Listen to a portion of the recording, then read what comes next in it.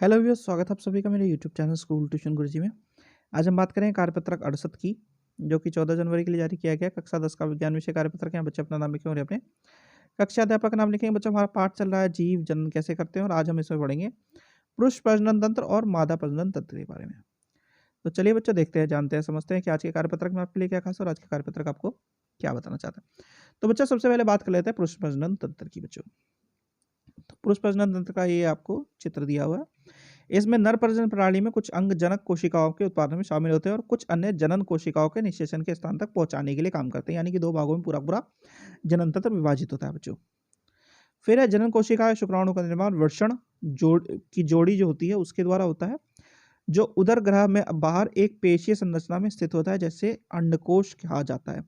क्योंकि शुक्राणु के निर्माण के लिए शरीर का तापमान की तुलना में शरीर का तापमान जो है वो कितना 2 से 3 डिग्री सेल्सियस कम होने की आवश्यकता होती है, तभी शुक्राणु का निर्माण होता है बच्चों। फिर है वृषण, जो कि टेस्टोस्टेरोन नामक एक हार्मोन स्रावित करता है, जो शुक्राणु के उत्पादन में तथा साथ साथ सहायक यौन लक्षणों के लिए भी जिम्मेदार होता है बच्चों। अब शुक्राणु क्या होता है, शुक्रवाहिनी के माध्यम से वितरित होते हैं, जो कि मूत्राशय से आने वाले ट्यूब के साथ जुड़ जाता है।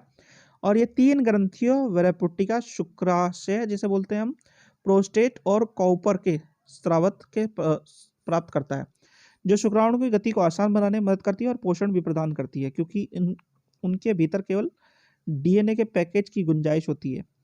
प्रत्येक शुक्राणु की पूंछ होती है जो उसे तैरने में मदद करता है, और एक ग्रीवा क्षेत्र जिसकी माइटोकॉन्ड्रिया होती है तैरने के लिए ऊर्जा प्रदान भी करता है बच्चों। शुक्राणु के साथ एक द्रव्य को वीर्य के तौर पे जाना जाता है बच्चों। अब मूत्र मार्ग शुक्राणु और मूत्र दोनों के लिए एक समान मार्ग होता है। प्रत्येक वृषण प्रतिदिन लाखों शुक्राणुओं का उत्पादन कर सकता है। ठीक है, अब ऐसा होता किस लिए, जरा इसे जानने की कोशिश करेंगे बच्चों आगे जब हम पढ़ेंगे मादा प्रजनन तंत्र के बारे में। तो मादा प्रजनन तंत्र की जब हम बात करते हैं बच्चों, मतलब मादा प्रजनन तंत्र में मादा जनन कोशिका या अंडे कुछ हार्मोन जैसे एस्ट्रोजन और प्रोस्टोजिन के साथ अंडाशय से जोड़ी के साथ उत्पन्न करता है।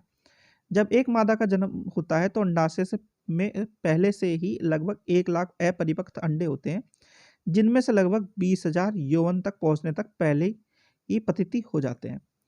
यौवन की शुरुआत में दोनों में से कोई भी एक अंडाशय प्रत्येक 28 दिनों के चक्र, जिसे हम मासिक धर्म के नाम से जानते हैं, एक परिपक्व अंडा फैलोपियन ट्यूब या डिंबवाहिनी को छोड़ने शुरू कर देता है।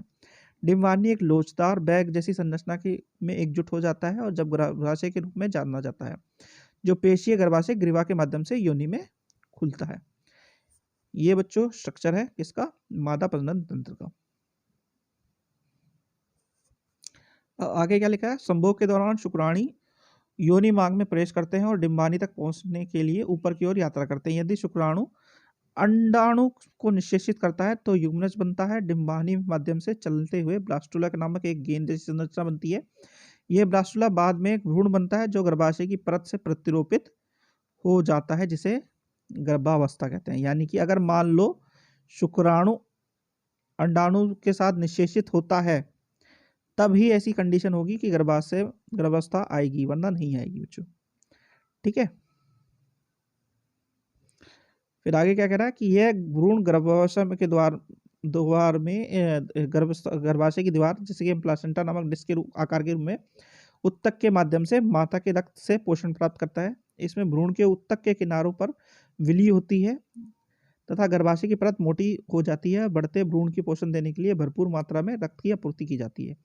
माँ की तरफ विली के आसपास रक्त के स्थान में ग्लूकोज और ऑक्सीजन को माँ तक भ्रूण के पहुंचा जाने के लिए एक बड़ी सतह क्षेत्र प्रदान करता है, और विकासशील भ्रूण द्वारा उत्पन्न अवशिष्ट पदार्थों को प्लेसेंटा के माध्यम से माँ के रक्त के स्थानांतरित करके हटा भी देता है बच्चों।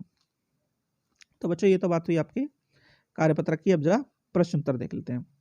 सबसे पहला प्रश्न है, नर युग्मक भारी मात्रा में पैदा क्यों होता है। तो नर युग्मक भारी मात्रा में इसलिए पैदा होता है क्योंकि उसमें पहली चीज केवल डीएनए की पैकेजिंग की ही उम्मीद होती है। दूसरा, उसमें ऊर्जा की मात्रा काफी ज्यादा चाहिए होती है ताकि वो निषेचन की प्रक्रिया कंप्लीट हो सके, जितनी ऊर्जा उसमें होती नहीं है, इतनी ऊर्जा ना के बराबर होती है। और निषेचन भी कब होगा, जब जो शुक्राणु है वो अंडाणु के साथ मिल जाएगा। तो कोई लाखों में से केवल एक के ऐसे चांस होते हैं कि वो मिल सके, इस वजह से ये भारी मात्रा में बनता है बच्चों। ठीक है। प्रश्न नंबर 2 है आवर्त बीजी में निम्न में से अनुरूप अंगों को लिखिए। तो शुक्राणु में होगा बच्चों आपका परागण, वृषण में होगा आपका बच्चों परागकोश,